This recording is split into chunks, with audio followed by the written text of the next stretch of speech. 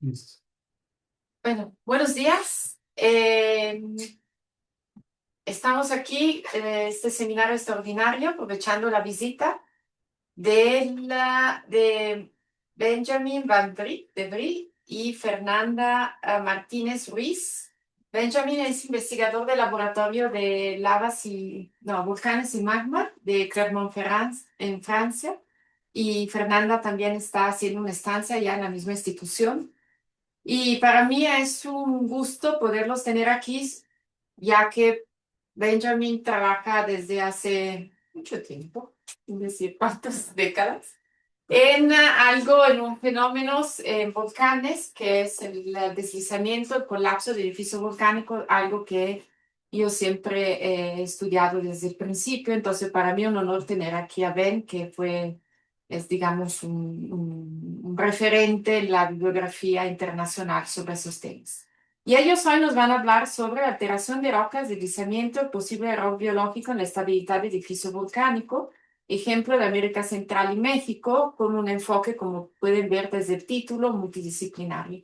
Entonces, adelante, Ben. Muchas gracias. Bueno, gracias, Lucia, por la introducción.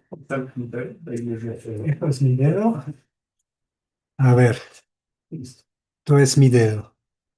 Ok, muy bien, gracias. Y tengo que quedarme aquí. Sí. Ok, porque tengo una tendencia de caminar y gesticular, pero voy a quedarme aquí. Ok. Si me muevo, me dicen. Am, bueno, es que como Lucía ha decidido que he trabajado en los derrumbes volcánicos que hace mucho tiempo, empecé mi vida profesional en Nicaragua eh, hace 1000 años y, am, y ahí hay un volcán que está precioso que se llama Mombacho, que nos interesaba mucho en este tiempo, de los años 80, 90, am, pero realmente era con un proyecto en las finales de los años 90 que publicamos en Nature, que me lanzó mi carrera un poquito. ah, que realmente este volcán llegó al conocimiento mundial. Entonces, y por años y años hemos estudiado esto. Yo tuve una idea que pensaba que era muy chido por este volcán, que am, hay dos tipos de colapso, uno de la alteración del núcleo del volcán, de su corazón, que tiene un corazón pudrido y por eso se colapsó, y también se deslizó sobre su propio pies, ah, por, por el hecho que el basamiento, el sustrato del volcán no tiene la resistencia para sostener al volcán. Y, y eso yo no sé si era mi idea pero yo recuerdo muy bien el Peter Francis, que ya se murió en Francia, por una comida internacional. Entonces, tiene cuidado de lo que van a comer, pero murió feliz de un infarto de corazón, comiendo buena comida francesa en París. Pero él vino a Mombacho conmigo después de haber pasado por la Zacompa en Chile, con la idea que a veces hay mucho sustrato incluido en el volcán. Entonces, esto es lo que estamos publicando, Lucia y yo, y otros en la Enciclopedia de Volcanes, y Mombacho es como un ejemplo de textbook de los tipos de colapso variados. Am, y hace unos años yo empecé a pensar que más o menos ya sabemos todo de colapsos y iba a empezar a estudiar otras cosas, pero no. Y cada vez que yo pienso que yo sé todo de algo, alguien viene para a destruir esta satisfacción y abrir nuestros caminos. Y la culpable de esto es parcialmente Fer aquí, que me introdujo a la idea que los volcanes no son solamente rocas, pero son elementos vivos o tiene vida y adentro. Entonces, yo voy a introducir más luego Mombacho. Esto es un mapa de Mombacho y se ve dos avalanchas aquí de las isletas, que es muy bonito, con un archipiélago de isletas. Y esto al sur, que se llama el cráter, y hay varios otros también. Es un volcán desastre en términos de derrumbes. Vamos a regresar a esto, pero primero pensé de, quizás voy a aceptar esto, que podemos ver los títulos, ¿no? Ya. Entonces, vamos al planeta Marte y estuvimos trabajando ahí con una misión europeo gringo, y no recuerdo cuál exactamente, pero am, con un colega del Open University en Inglaterra empecemos a pensar de la actividad de agua en estos volcanes. Y esto es una imagen de Ascleas Mons, que es un volcán más como 100 veces más grande de la isla de Hawái, un, un medio en Martes. Y había estas estructuras que salieron con la misión de quebradas que tienen un aspecto biológico, siempre pensé, pero de cauces, de quebradas, ah, y esto se encuentra también en los volcanes terrestres. Y por eso publiquemos una idea de la actividad de erupciones acuáticos de agua en el volcán de Marte y tuvimos un gran debate con otros que quisieron solo tener magma saliendo, pero pienso con el tiempo ya sabemos que hay erupciones de lavas muy fluidas y erupciones o salidas de agua también. Y solamente para mostrar una equivalencia terrestre, fuimos a este volcán en Antártica, Mount Haddington, am, que es más como un escudo como los marcianos. Y disculpo por estas fotos, pero solamente para mirar esto aquí, que puedo apuntar con mi dedo en la pantalla. Eso es un corte del volcán y se ve que hay abajo del volcán una secuencia de rocas cretácicas y que también un capa glaciar sobre el volcán. Y en el volcán hay mucha agua bajando que con la deformación del volcán que está hundiéndose en los sedimentos cretácicos, esta agua está expulsada por la base del volcán, está saliendo por ahí en bajo presión. Entonces, esto fue como el ejemplo ah, que pensemos aplicar a Martes.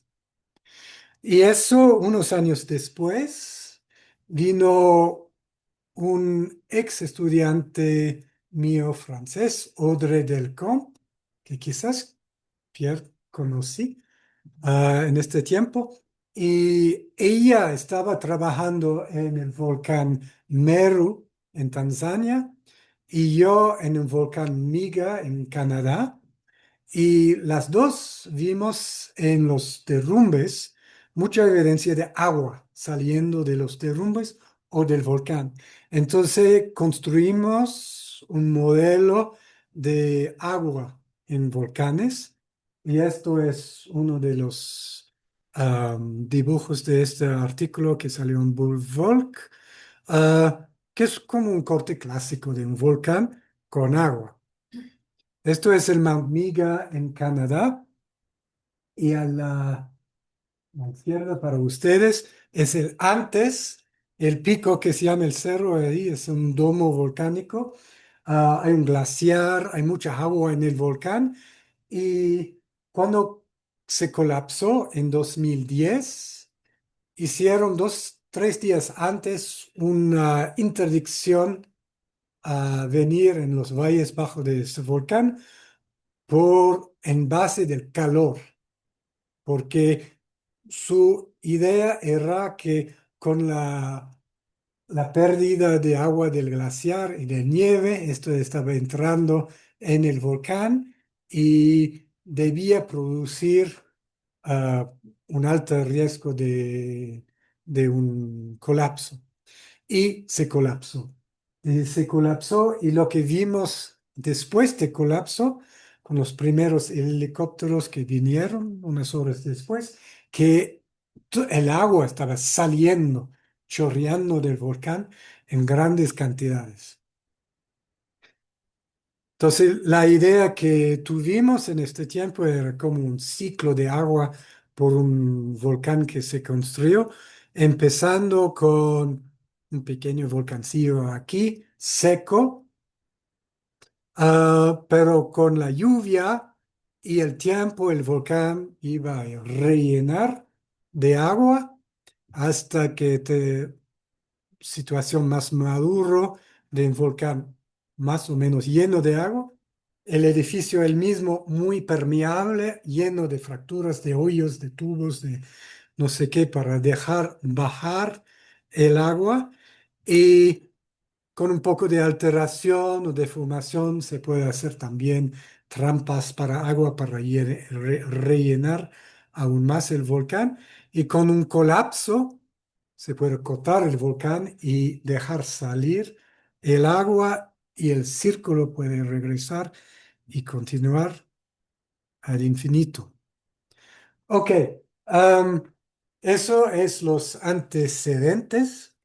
Entonces, en los últimos años, regresemos a este volcán Mombacho, que es un volcán con una capa de selva, de bosque de niebla, un bosque seco abajo, es muy verde este volcán. Tiene una reserva natural, dice Estación Biológica Volcán Mombacho aquí, Reserva Natural Volcán Mombacho. Es interesante porque es una reserva privada por los cafetaleros que juntaron todos para proteger a su ambiente. No es, y después devenió una reserva nacional.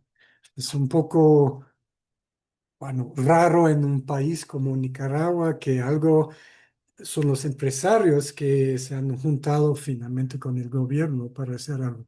Pero no hablamos de la política, hablamos de la alteración. Y aquí se ve una mancha bonita o fea, según su punto de vista. Esto es la alteración hidrotermal. Hay una fumarola, una serie de fumarolas muy activas en el volcán. Esto es una foto de 2026. 10 años antes no había esta mancha. Había una fumarolita que conocimos que hace siempre y el volcán empezó a reactivarse. Y esto es el nivel actual. Vamos a ver en unas semanas qué pasa ahí. La cosa es, quizás de vergüenza por los vulcanólogos, pero eran los biólogos que detectaron los cambios antes de los vulcanólogos, porque vieron cambios en el cumbre de vegetación, de biodiversidad, alertaron a los vulcanólogos que vinieron y dicen, ah, sí, tenemos una nueva fumarola. Ah, y luego se ve que esta interacción entre vida y el volcán es muy estrecho. Esto es, tenemos vuelos de dron de alta resolución de esto, ah, pero el Google Earth está bastante bueno también. Y se ve la alteración, se ve el bosque muerto, como se llama aquí, que realmente no es muerto. Eso es también algo que dijo Fernanda. No es muerto en el sentido, pero la biodiversidad ha cambiado y este mancha está creciendo y al mismo tiempo hemos visto que hay hay vegetación diferente que está viniendo a instalarse en esta zona. Entonces, no es tanto muerto, pero en cambio. Y esto era en los últimos años como un impulso de nosotros de pensar a un volcán, porque tenemos un corte de volcán magnífico aquí de más de 500 metros, de ver lo que pasa adentro del volcán, ah, y hacer un modelo de vida en volcanes. Entonces, este modelo voy a hablar más luego, pero en, antes quiero que Fernanda nos explica un poco más de la vida en volcanes, porque tú eres la experta. Bueno, Buenos días, es un gusto estar aquí. Les comparto un poquito, yo soy de formación bióloga, entonces quizás soy una bióloga metida en el mundo de los geólogos, pero creo que es importante que haya este cruce entre ciencias, porque al final todo está unido. Entonces les quiero compartir un poquito de mi visión y del trabajo que he hecho y cómo esto se une precisamente con este tema de los derrumbes y de la alteración.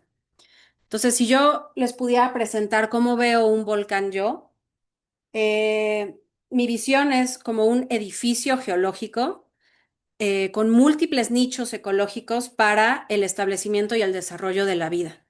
Generalmente para el público, cuando les hablas de un volcán, piensa en erupciones y piensa en destrucción, pero al mismo tiempo es un proceso constructivo. Se forman nuevas superficies sujetas al establecimiento de la vida y conforme pasa el tiempo, pues el sistema del volcán, este es un corte de un flujo de lava y podemos ver cómo hay muchos procesos ecológicos pasando allí.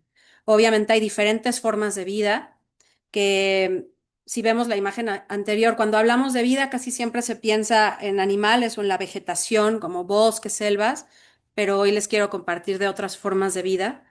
Pero además de ser sostén para muchas formas de vida, están pasando cosas, como lo que mencionó Ben sobre la circulación del agua, circulación del viento, intercambio de nutrientes, input de materia orgánica. Entonces, creo que es importante que aunque cada uno de nosotros se especialice y se enfoque en una parte del sistema, no podemos dejar de vista que hay muchos factores interactuando en el sistema volcán, tanto todos los aspectos geológicos como los factores ambientales del clima, la biodiversidad y obviamente el paso del tiempo. Entonces, ese es un mensaje que considero importante.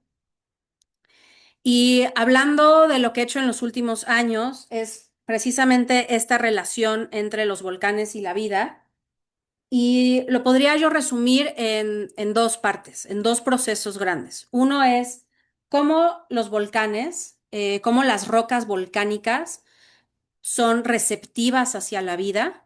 Y esto tiene que ver con sus propiedades físicas y químicas, cuál es su composición, cuál es su origen, cuál es su dureza, su porosidad. Todas esas propiedades permiten o favorecen que ciertos organismos se establezcan ahí. Y después, una vez que la vida se establece sobre este sistema volcánico, hay un cambio también, hay una transformación. Es decir, bueno, el simple hecho de que de una roca fresca, como los geólogos le llaman, ya tenga organismos ahí, ya es un cambio. Pero los organismos, por su presencia, por sus metabolismos, incluso por su estructura morfológica, eh, transforma poco a poco la roca. Y eso es algo que quizás sería difícil de pensar pensando en las rocas como estos materiales duros y sólidos, pero pues hay muchos cambios que la vida ejerce sobre la roca. Entonces les voy a poner algunos ejemplos.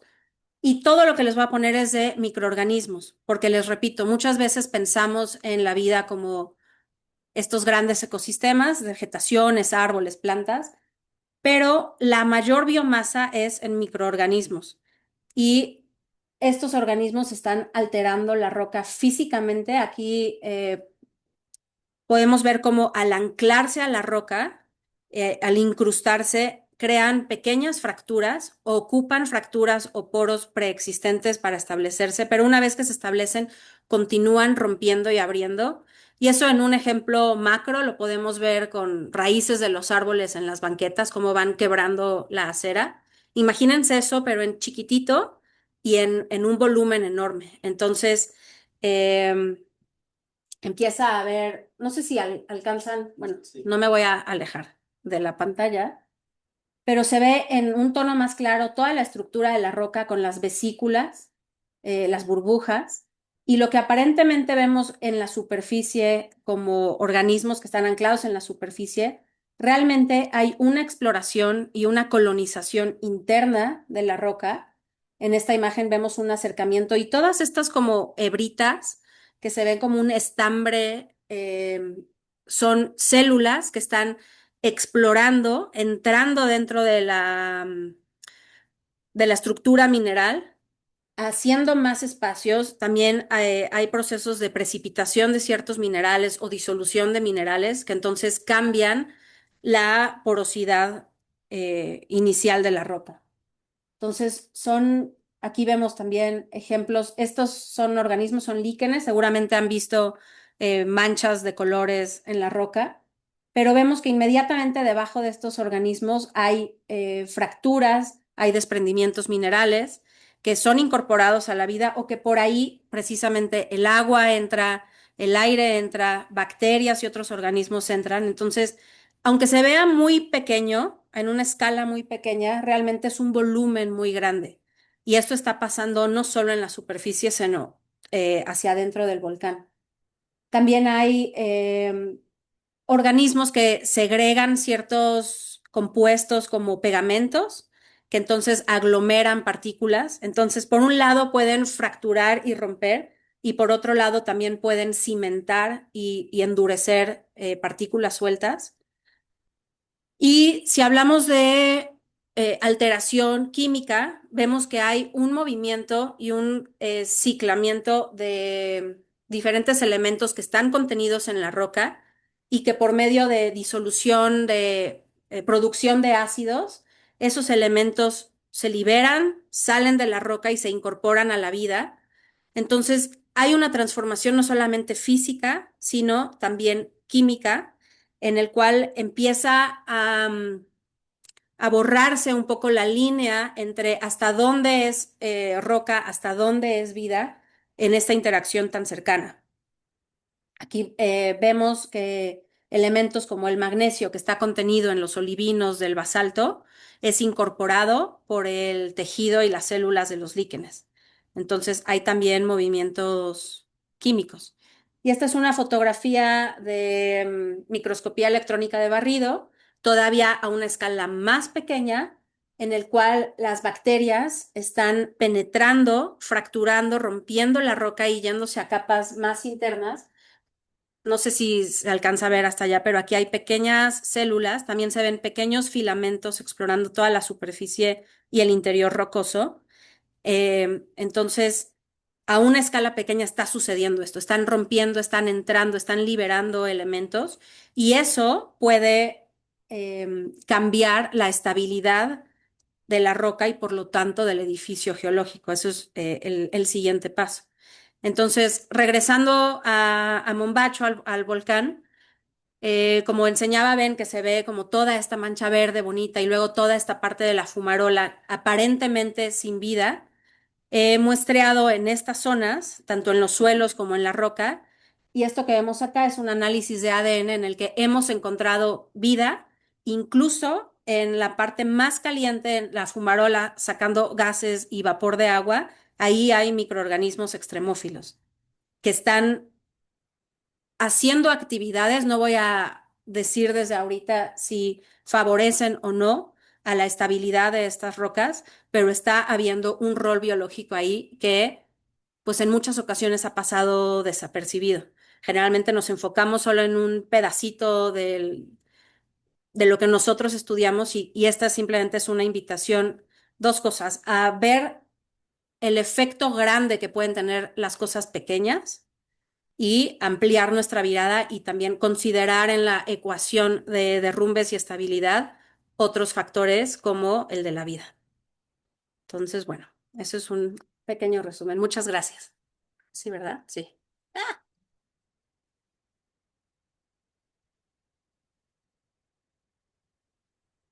Gracias, Fer.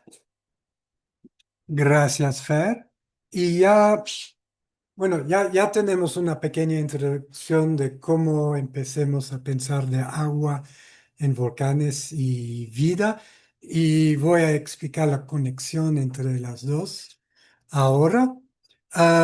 Una cosa es que en el verano, como ahora, estas fumarolas se pueden acercar bastante fácilmente.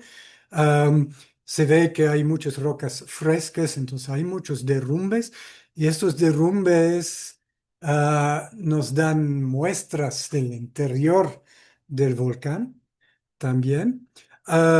Y en el invierno, que va a empezar en 2 meses, el problema es que hay géiseres y mucho más vapor saliendo y el acceso es mucho más difícil. Pero el volcán es como un esponje o más como un colador que llueve sobre el cumbre y el agua sale casi de repente abajo.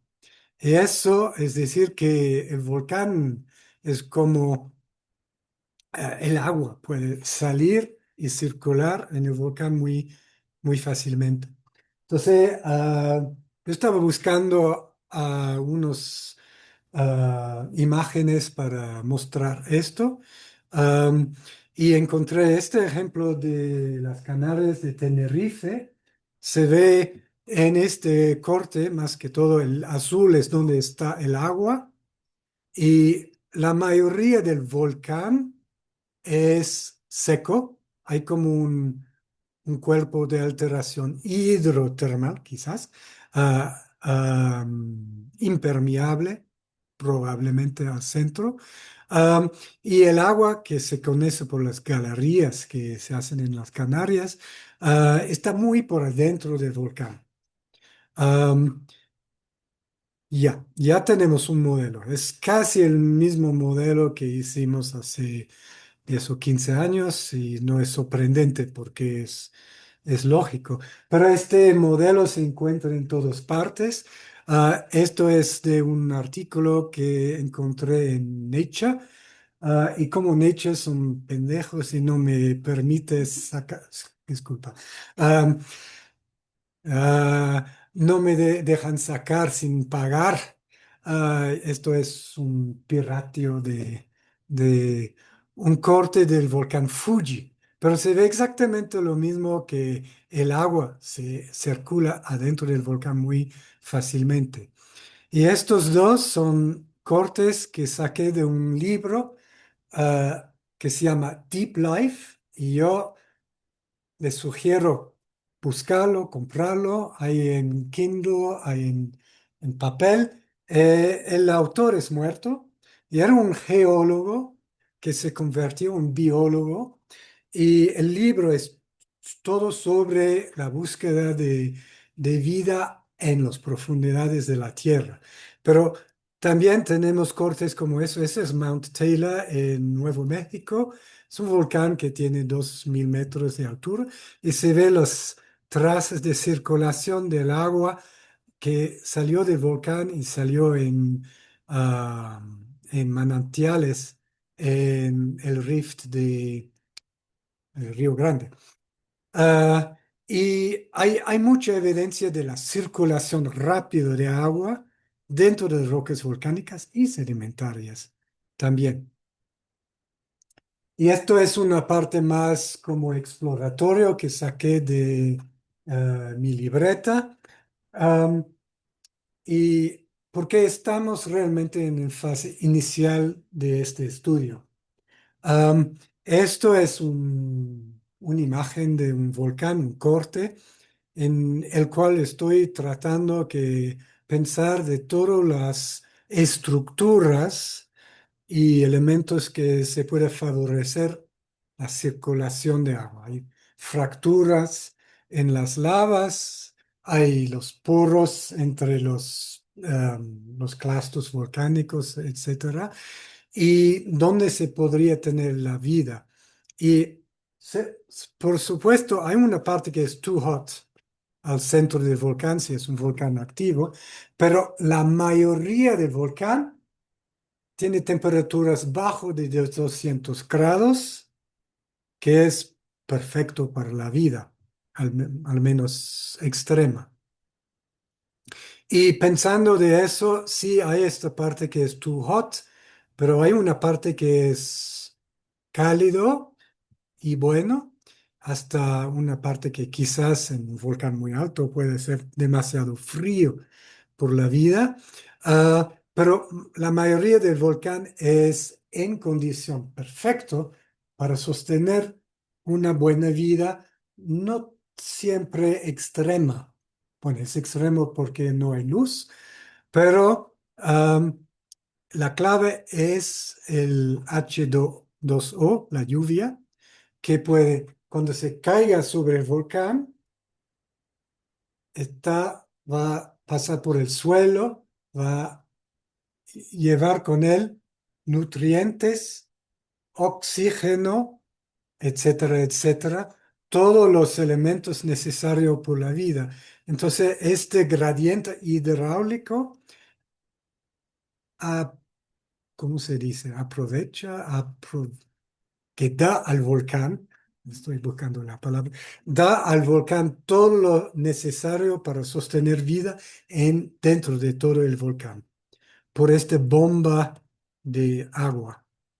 Y entonces se puede pensar también en ambientes como del cráter o en el conducto donde hay espacios, hay quebradas profundas o en las fracturas, en las fallas, donde estos son ambientes especiales para la vida y se puede pensar en la química. Bueno, sí tenemos H2O, agua, oxígeno, nitrógeno, CO2 que es tan necesario por la vida, pero también tenemos azufre y hay bichos que comen el azufre, que oxidan el azufre o reducen el azufre, que comen hierro, que comen magnesio, que comen calcio, que comen sodio, potasio, fósforo, etcétera. Hay de todo.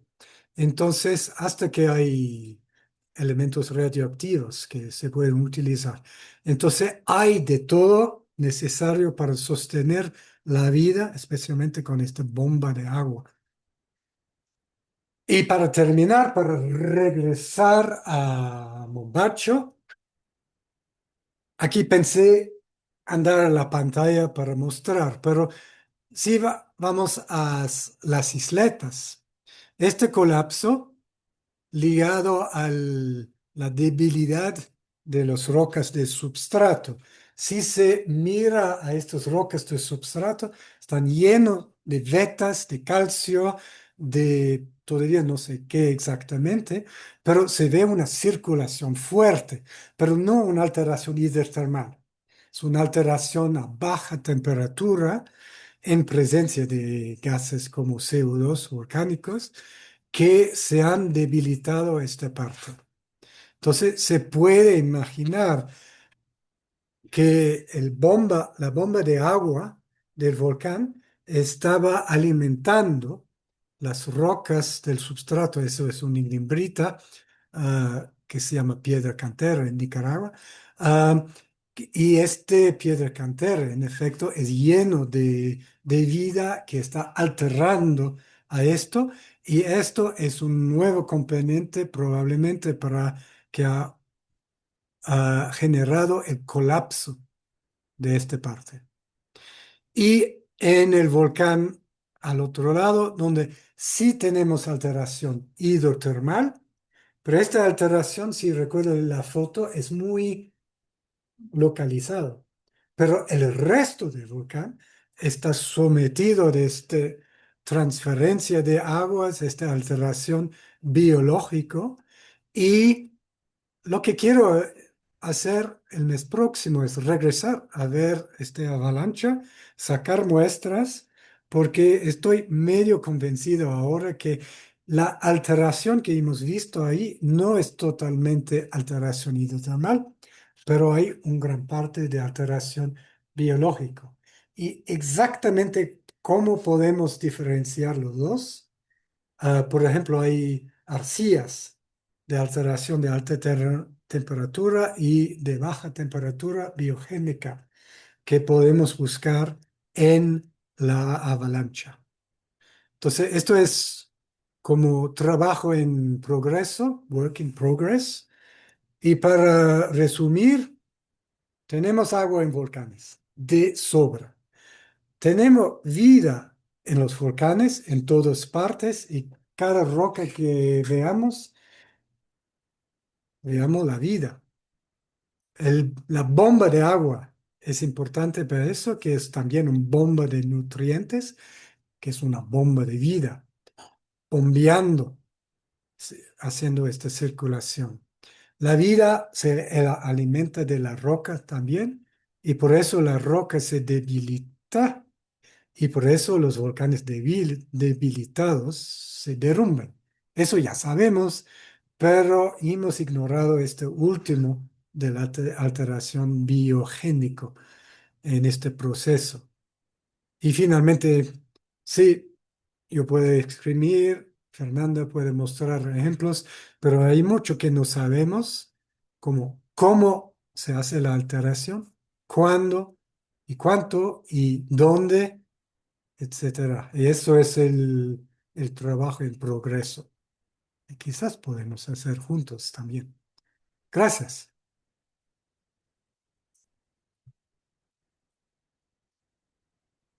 ¿Preguntas? Uf, Yo tengo una.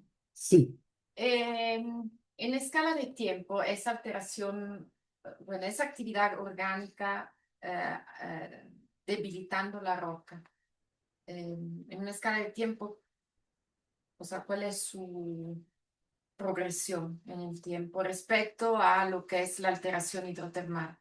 O sea, más bien, ¿cuál de las dos, ahí en el bombacho tenemos alteración hidrotermal y por actividad orgánica? Hay una, o sea, en la progresión de los procesos, cuál es el más rápido o cómo se penetra esa actividad, esa alteración orgánica en la roca, con qué velocidad, con qué... El tema, para no darles la espalda, Ujú. el tema con los procesos de vida es complejo, muy complejo, porque los biólogos tenemos esa frase terrible que es siempre depende de la especie. Entonces, cada grupo y cada organismo va a actuar de manera muy específica y en tiempos muy específicos. Eso es algo que por eso se tiene que seguir explorando. Y también eh, lo, lo que podría decir es que al no estar separados, entre más alteración hidrotermal hay esta liberación de nutrientes y tal, que entonces otros organismos aprovechan. Ajá. Entonces O sea, van juntos. están conjugados, exactamente. Yo los procesos que he estudiado han sido más en Chitle, que es un volcán de 1700 años, y realmente en basalto, que es una roca muy dura. Entonces hemos visto que la alteración es muy incipiente, por así decirlo. Pero aquí, sí. Yo pienso que depende bueno, del agua, porque hay también partes de Chitle. Si se ve la base de la lava donde había agua, se ve que es muy natural. Entonces, la posibilidad de agua y la temperatura, por ejemplo, Costa Rica. Si se ve a los volcanes en Costa Rica, son horribles, podridos. Bueno, son alterados, son Ya. de vida. Y ahí la roca está alterada por procesos de suelo, que han sido dichos muy rápido. Y alteración hidrotermal, yo recuerdo de, por ejemplo, Mombacho, Nicaragua, Momotombo, de ver rocas que eran frescas hace unos años, que están en unos años completamente podridas. Pero eso es con temperaturas de 1000 grados. ¿Sí? Ya. De, alteración. O sea, ¿de quién? A Pierre primero, después Jess. En los volcanes recientes, para tener análogos con casos más presentes que se podría observar, han podido ver que los niveles de paleosuelos sirven de nivel de deslizamiento, los grandes deslizamientos, o son más de cenizas, o... Sí, es algo que no decía, pero un volcán crece como una curvatura vegetal y con cada erupción estamos incorporando suelos que, que a veces no tienen mucha resistencia. Ustedes se han visto en Guadalupe, en la Sofía de Guadalupe, estos suelos no tienen ninguna resistencia. Entonces sí, se puede deslizar sobre estas capas. Sí. Y entonces, bueno, estas capas de suelo, lo que le provoca el deslice es la presencia de cenizas, de arcillas, o la parte alterada por la biología. O... Bueno, de lo que yo entiendo, los elementos orgánicos y de la arcilla orgánica son los más débiles. La ceniza fresca es bastante resistente a la deformación como elemento granular. Entonces es más la alteración hay un temperismo que lo permite. ¿Cuáles son los avances que se tienen en esta investigación para saber cuál es la influencia de la parte biológica que están investigando? Pero me da la impresión que no hay mucho como para saber qué tanto participan los organismos con relación a la parte de alteración hidrotermal, que siempre se ha culpado que es uno de los responsables de los colapsos, ¿no? En muchos casos. Pero hay trabajos que tanto se ha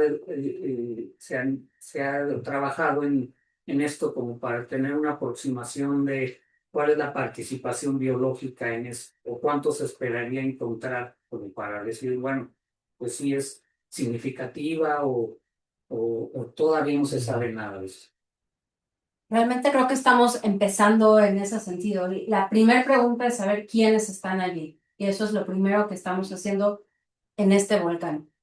La segunda parte es al saber quién está ahí, entonces qué es lo que está haciendo. Pero digamos que es muy incipiente, porque si ustedes buscan estudios biológicos o de biodiversidad en fumarolas, te dan la lista de...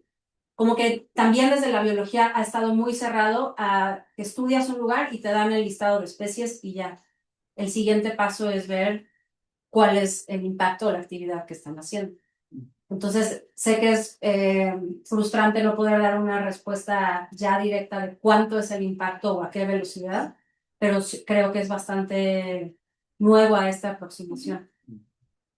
Eso diría yo. Hay unos estudios, hay uno que va a salir la semana próxima, de FER sobre el biointemperismo, sobre Chile, que da unos índices de alteración.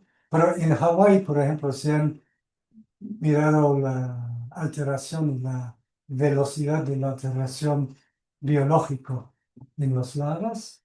Hay unos estudios, pero nunca se han hecho el link, el enlace con la resistencia de la roca. Entonces, hay estudios, pero hay que hacer esta conexión.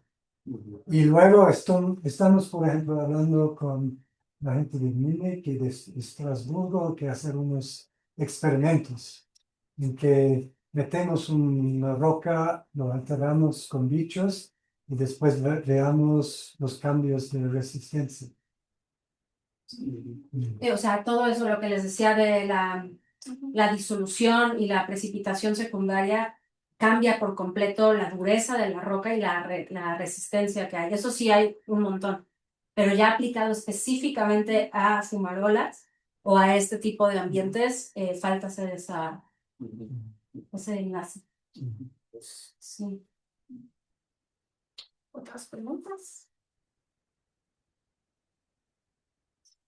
Sí, ¿no? Perdón, esto ya había explicado que cada volcán es diferente por los organismos, ¿no? Pero no se vería también una relación, digamos, en la frecuencia de derrumbes, de colapsos, en volcanes, zonas así tropicales con mucha vegetación, hasta volcanes, o sea, digamos, volcanes como en Nicaragua, Malas, ¿no? América, está acá en México también, ¿no? Aunque no se sabe qué organismos se tiene, es evidente que están cubiertos por la vegetación, ¿no? Y lo que dice la erupción muy reciente, pues nada. Entonces, tal vez se vería una relación igual en la frecuencia de los derrumbes, volcanes más tropicales.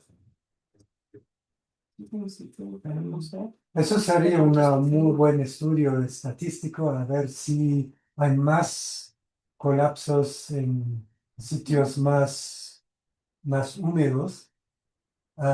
Yo no sé. No, yo tampoco. La única cosa de eso me da una idea, porque hemos mirado en las Filipinas, en Mindanao, que es muy lluvioso, muy húmedo, que hay muy pocos colapsos, pero hay muchos derrumbes pequeños.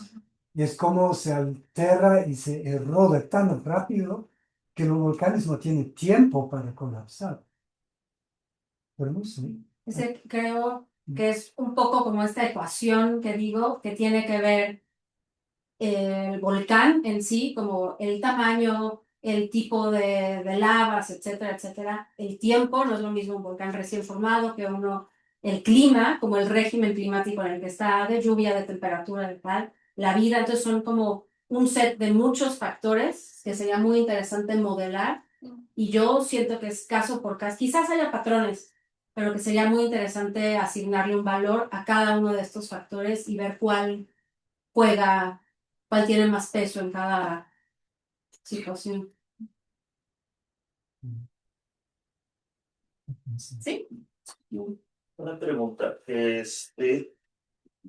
cuanto a la, en cuanto al rango composicional del vulcanismo, de los volcanes que se están estudiando, ¿hay alguna especie de condición o condicionante entre la actividad de organismos con la composición del volcán? Es decir, ¿proliferan más en algún tipo o que en otro? No más o menos, sino diferente, sino diferente. Entonces, especialmente lo que yo hago que es con microorganismos, sí tienen preferencia por si son rocas más alcalinas o sea, con el tipo de lava, no solo en composición, sino en, les digo, la estructura, la porosidad, la textura superficial también tiene mucho, mucho que ver. Entonces, no es más o menos uno, sino distintos. Hasta ahora no hemos mirado a un domo dacítico para ver lo que hay, Pero sí, será bien. y también con rocas no volcánicas. A ver la diferencia entre la estructura de una sedimentaria es muy distinto a los organismos que aprovechan eso. Sí. Secondo me sono composizionali, io textural sicuramente, però è evidente che una lava, tu insegnaste una foto de fotografías donde había un vino, digo, el vino nos lo enseña, creo que a uno, ¿no? Es uno de los minerales más alterables y después de una semana ya está, es muy inestable, por lo tanto, evidentemente cuando tienes una composición más ferromagnesiana y rica en esos minerales que evidentemente no vas a encontrar en una roca sedimentaria porque no hay manera que aguanten ahí la erosión, el transporte y todo esto. Entonces, evidentemente es una cuestión composicional. Claro. O sea, para todos tus organismos, yo soy geólogo, no soy biólogo, para todos tus organismos, evidentemente, les tienen que dar de comer, ¿no? Sí. O sea, si no, se mueren. Pero incluso dentro de la misma composición, en la misma Claro. roca, tú ya ves la distribución distinta de acuerdo a la textura. Pero por la textura, pero evidentemente la presencia de agua, si no hay agua Digo, no estás incentivando, no estás proveyendo fuente importante para el desarrollo de microorganismos y claramente pues, climática, porque es evidente que también la parte climática digo, juega un papel fundamental. Sí, sí, sí. ¿Algo más? En este libro que todo tiene que leer, Think Life, referente de eso, alguien estableció un gringo lo que se llama un death meter, un muerto metro, que explica las condiciones en las cuales no se puede sobrevivir un bicho. Y lo que yo mostré un poco es el contrario de eso. Pero sí hay condiciones que impiden el establecimiento de vida que debe existir también en el volcán, como falta de agua. Si no hay agua, ya, no, realmente no. Pero sí, hay que leer ese libro, está lleno de cosas muy interesantes. No olvides, es un libro biológico escrito por un tribuno. Sí. Bueno, muchísimas gracias, muy interesante porque siempre hay que ver las cosas de diferente aspecto y diferentes disciplinas para entender el proceso completo. Entonces, muchísimas gracias. Ellos se van a quedar en el transcurso de la mañana aquí, por si alguien se quiere acercar y platicar más.